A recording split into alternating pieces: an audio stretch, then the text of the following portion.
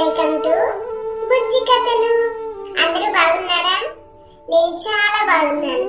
మరి ఆలస్యం చేయకుండా ఈ రోజు కథ మొదలు పెట్టేద్దాం. ఈ రోజు మనం చెప్పుకోబోయే కథ బద్దకపు చీమ, భరతం పట్టిన 3 చీమలు. ఒకానొక ఊరిలో కొన్ని చీమలు నివసించేవి. ప్రతిరోజు ఉదయాన్నే నిద్రలేచి కాలకృత్యాలు తీర్చుకుని ఆహారం కోసం వెళ్లడం ఆ చీమలకు అలవాటు.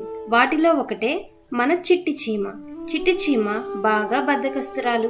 మిగతా చీమల్లా పొద్దున్నే నిద్రలేవడం, కష్టపడి ఆహారం సంపాదించడం తనకు అస్సలు నచ్చదు. ఒకరోజు ఉదయం చిట్టి చీమ నిద్రపోతూ ఉంటుంది. బాబాయ్ చీమ అందర్నీ నిద్రలేపడం కోసం గంట కొడుతుంది. అప్పుడే తెల్లవారిపోయిందా? ఈ బాబాయ్కి వేరే పనే లేదు, టింగ్ టింగ్ అంటూ ఉదయాన్నే నిద్రలేపేస్తుంటాడు అని బాబాయ్ చీమను తిట్టుకుంటూ అలానే పడుకుని ఉంటుంది మన చిట్టి చీమ. కాసేపటి తర్వాత మళ్ళీ బాబాయ్ చీమ అక్కడికి వస్తాడు. ఏం చిట్టి, ఇంకా నిద్రలేవలేదా? బాబాయ్ చీమ గొంతు వినగానే టక్కున లేచి కూర్చుంటుంది చిట్టి చీమ. ఏంది బాబాయ్ మళ్ళీ వచ్చావు? ఇప్పుడే కదా గంట కొట్టి వెళ్ళావు. ఇప్పుడా? నేను వెళ్ళి గంట సేపు అవుతుంది. మీటింగ్ టైం అయింది, గంట కొడదామని వచ్చాను. ఏంది బాబాయ్ నువ్వు చెప్పేది? అప్పుడే మీటింగ్ టైం అయిందా? కాక నువ్వు నిద్రపోతున్నావని నీకోసం టైం ఏమన్నా ఆగుతుందా ఏమి? అని గంట కొట్టి మీటింగ్కి బయలుదేరుతుంది బాబాయ్ చీమ. అయ్యో బాబాయ్, ఇప్పుడు కానీ వెళ్ళకపోతే రోజంతా ఆకలితో చావాలి అనుకుని హడావిడిగా తయారయ్యి మీటింగ్కి వెళ్తుంది చిట్టి చీమ. చీమల నాయకుడు పెద్దన్న మీటింగ్ మొదలు పెడతాడు. అందరూ శ్రద్ధగా వినండి. ఎదురుగా ఉన్న పచ్చమిద్దెలోని వంటగదిలో చక్కెర డబ్బా మూత బాగా వదులుగా ఉండి మనం అందులోకి దూరేందుకు అనుకూలంగా కూడా ఉందని మల్లన్న పొద్దున్నే వెళ్లి చూసొచ్చాడు. చీమల నాయకుడి మాటలకి మిగతా చీమలన్నీ సంతోషిస్తాయి. అయితే వెంటనే బయలుదేరదాం పెద్దన్నా. ఆ తొందరపడకండి. ముందు వరుసలో పెద్ద చీమలు, మధ్య వరుసలో చిన్న చీమలు, ఆఖరి వరుసలో వయసైపోయిన చీమలు వెళ్ళాలి. అలాగే ఎందుకు వెళ్ళాలి బాబాయ్? ఎందుకంటే ముందుగా పెద్ద చీమలు వెళ్ళి ఆ చక్కెర డబ్బా చుట్టూ చీమల మందేమైనా చల్లారేమో చూసొస్తాయి. అదే వయసైపోయిన చీమలకి కళ్ళు సరిగా కనిపించవు కదా, అందుకని. మరి చిన్న చీమలు ముందెళ్తే? మీకు అసలు చీమల మందుకి చక్కెర పొడికి తేడా తెలియదు కదా. అలా చీమలన్నీ కలిసి ఆహార సంపాదనకు బయలుదేరుతాయి. చిట్టి చీమ మాత్రం ఇష్టం లేకపోయినా విసుక్కుంటూనే బయలుదేరుతుంది. మరో పక్క వరుసలో ఆహారం తీసుకుని తిరిగి వస్తుంటాయి మరికొన్ని చీమలు. అమ్మో, చక్కెర పొరుకులు చాలా పెద్దగా ఉన్నాయి, ఎలా మోయాలో ఏమో అని భయపడుతూనే మందలో పడి ఆహారం దగ్గరికి చేరుకుంటుంది చిట్టి చీమ. చిట్టి, ఇది తీసుకో అని అక్కడే నిలబడి చూస్తున్న చిట్టి చీమ తల మీద ఒక చక్కెర పొలుకు పెడతాడు బాబాయ్ చీమ.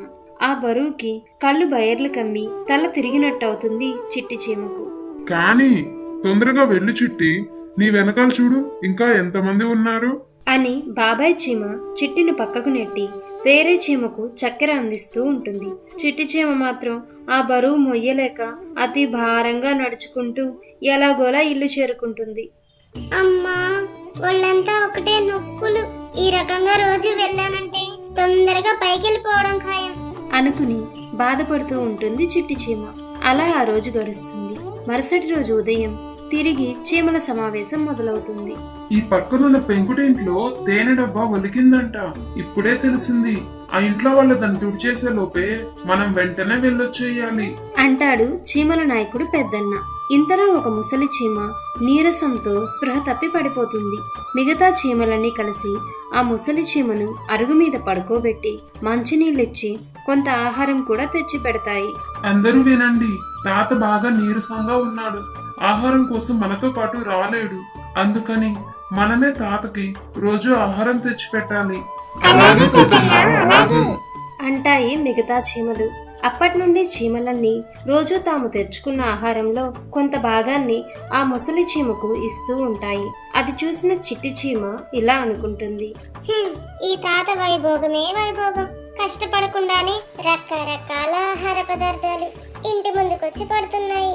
ఇలా అనుకుంటున్న చిట్టి చీమకు ఒక ఆలోచన వస్తుంది. ఉపాయం, నేను కూడా మీటింగ్ లో స్పృహ తప్పి పడిపోతే అందరూ నాకు కూడా ఇలాగే ఆహారం తెచ్చి పెడతారు అనుకుని మరుసటి రోజు ఉదయం మీటింగ్ జరిగేటప్పుడు స్పృహ తప్పినట్టు నటిస్తూ కింద పడుతుంది చిట్టి చీమ. మిగతా చీమలు చిట్టి చీమను అరుగు మీద పడుకోబెట్టి మంచినీళ్ళిచ్చి ఆహారం తెచ్చి పెడతాయి. వెంటనే చిట్టిని ఇంటికి తీసుకువెళ్ళండి. కొద్ది రోజులు మనమే తనకి ఆహారం కూడా ఇద్దాం అంటాడు చీమల నాయకుడు పెద్దన్న. అమ్మయ్య, అంతా నేను అనుకున్నట్టే జరిగింది. ఇక నుండి కాలు కింద పెట్టకుండానే కడుపు నిండా తినొచ్చు అనుకుంటూ తన ఎత్తు పారినందుకు సంతోషిస్తుంది చిట్టి చీమ. అలా అది రోజంతా తనకు నచ్చినంతసేపు పడుకుని మిగిలిన సమయమంతా టీవీ చూస్తూ గడిపేస్తుంది. కొద్ది రోజుల తరువాత చిట్టి చీమ స్నేహితులైన బట్టు, బిట్టు, కుట్టి చీమలు చిట్టి చీమ దగ్గరికి వస్తాయి. ఆ చీమల్ని గమనించిన చిట్టి వెంటనే జబ్బు పట్టదానిలా మంచం మీద పడుకుని దుప్పటి కప్పుకుంటుంది. చిట్టి చిట్టి, ఎవరు? నువ్వా కుట్టి? రా కూర్చో. ఓ బట్టు బిట్టు, మీరు కూడా వచ్చారా? అందరూ బాగున్నారా? మా బాగోగుల సంగతి పక్కన పెట్టు గాని ముందు నీ ఆరోగ్యం సంగతి చెప్పు. చూస్తున్నారు కదా నా పరిస్థితి. ఒళ్ళంతా ఒకటే నీరసం, తల తిరుగుతోంది. అమ్మా, నా బాధ పగ వాళ్ళకు కూడా రాకూడదు అని చిట్టి నిజంగా ఆరోగ్యం బాగలేని దానిలానే నటిస్తుంది. అయ్యో అవునా? మేమైతే నీకు ఈ పాటికే ఆరోగ్యం నయమై ఉంటుందేమో, మాతో పాటు ఆహారం కోసం తీసుకెళ్దామని వచ్చాం. అవును చిట్టి, నువ్వు చూస్తే ఇలా నీరసంగా పడున్నావు. నాకు మీతో పాటే రావాలనుంది, కానీ ఏం చేద్దాం, నా వల్ల అస్సలు సహకరించడం లేదు. బాధపడకు చిట్టి, నీకు త్వరలోనే నయమవుతుందిలే. సమయానికి తిని మందులేసుకో. సరే చిట్టి, ఇక మేము వెళ్ళొస్తాం. అలాగే, వచ్చేటప్పుడు నా కోసం బెల్లం ముక్క తాగడం మాత్రం మర్చిపోకండి.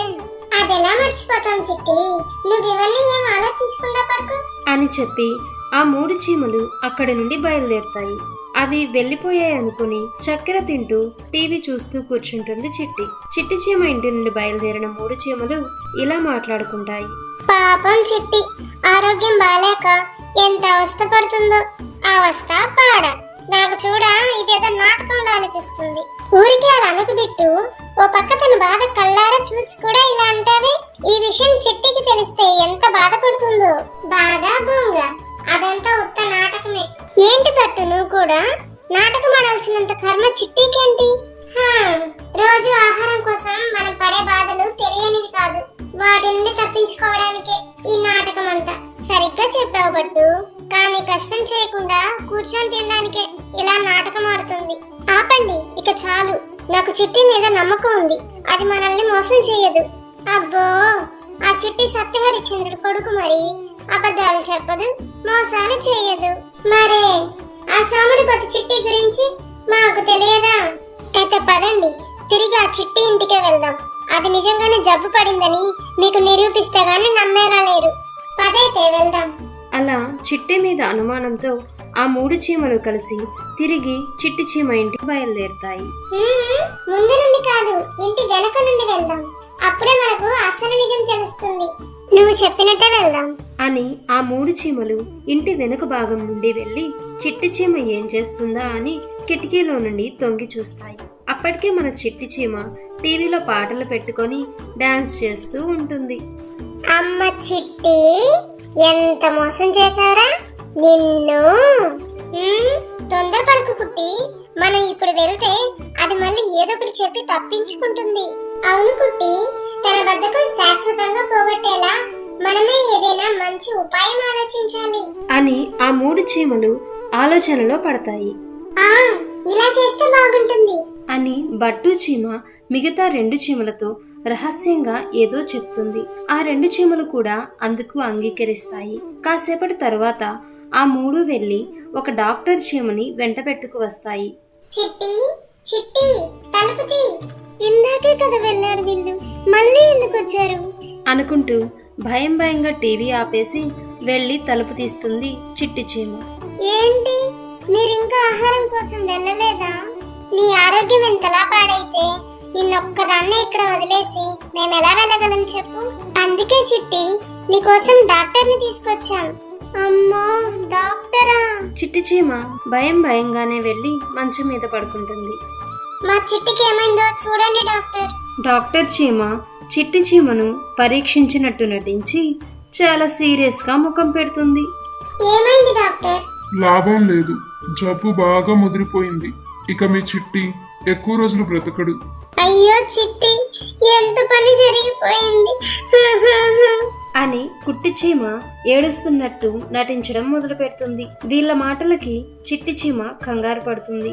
ఇన్ని రోజులు నేను జబ్బు పడ్డదానిలా నటిస్తున్నానేమో అనుకున్నాను, కానీ నాకు నిజంగానే జబ్బు చేసిందా దేవుడా. అసలు మా చిట్టికి ఈ జబ్బు ఎలా వచ్చింది డాక్టర్? రోజుల తరబడి ఏ పని చేయకుండా ఒకే దగ్గర కూర్చొని తినడం వల్ల. కష్టపడకుండా తింటే జబ్బు చేస్తుందా? అవును, అచ్చం మీ చిట్టిలానే. ఇప్పుడు మీ చిట్టి ఈ మాత్రమేనా ఉన్నాడు. ఇంకొన్ని రోజులు ఇలానే మంచంపై ఉంటే నడుద్దామన్నా కాళ్ళు పనిచేయవు, తినాలన్నా నాలుక రుచి కోల్పోతుంది, కళ్ళు మసగబారిపోయి చెవులు కూడా వినిపించకుండా పోతాయి, గొంతు మూగబోయి చేతుల్లో పటుత్వం పోయి శరీరం అంతా నీరసించిపోయి చివరికి చిట్టి ఆత్మ అదిగోండి ఆ కనిపించే కిటికీ గుండా స్వర్గాన్ని చేరుతుంది. అయ్యో చిట్టి అని ఆ 3 చీమలు ఏడవడం మొదలు పెడతాయి. వాటి ఏడుపులకు భయపడిపోతుంది చిట్టి చీమ. డాక్టర్, నా జబ్బు తగ్గే మార్గమే లేదా? ఎందుకు లేదు, ఉంది. అదేదో త్వరగా చెప్పండి డాక్టర్. అందుకు నువ్వు ప్రతిరోజు ఉదయాన్నే లేచి 2 మైళ్ళ దూరం నడవాలి. ఆహారం కోసం ఇతరుల మీద ఆధారపడకుండా సొంతంగా నీ ఆహారం నువ్వే సంపాదించుకోవాలి. ఇలా చేస్తే కానీ నీ జబ్బు తగ్గి నువ్వు తిరిగి మామూలు స్థితికి రాలేవు. చాలు డాక్టర్, చాలు. నేను ఇవాల్టి నుండి మా స్నేహితులతో కలిసి ఆహారం కోసం వెళ్తాను. ఇంకెప్పుడు ఇలా రోజంతా మంచంపై పడుకోను. నా ఆహారం కోసం అస్సలు పక్క వాళ్ళ మీద ఆధారపడను అంటుంది చిట్టి చీమ అమాయకంగా. అప్పటి నుండి అది బద్ధకాన్ని పూర్తిగా వదిలేసి కష్టపడి బ్రతకడం అలవాటు చేసుకుంటుంది. చూసారా, చిట్టి మన వల్ల ఎంతలా మారిపోయిందో.